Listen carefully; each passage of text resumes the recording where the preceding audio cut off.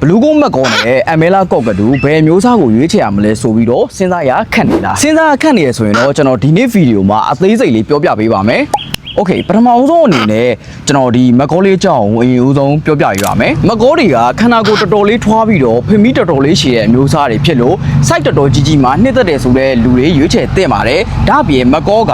ကာလာလေးတော်တော်လေးကိုစုံတဲ့ပဲတော်အမျိုးအစားလည်းဖြစ်ပါတယ်အမဲလာကော့ကတူကတော့ဖင်မီတုံးတီးနဲ့လာပြီးတော့မက်ကောတဲ့ဆိုင် site နည်းနည်းလေးသေးပါမယ်ကာလာအနေနဲ့ကလည်းတကူလုံးအဖြူရောင်ဖြစ်ပြီးတော့ခေါင်းမောက်တော်တော်လေးကိုကြီးတဲ့ကော့ကတူအမျိုးအစားပဲဖြစ်ပါတယ်ဒါ့အပြင်ဒီ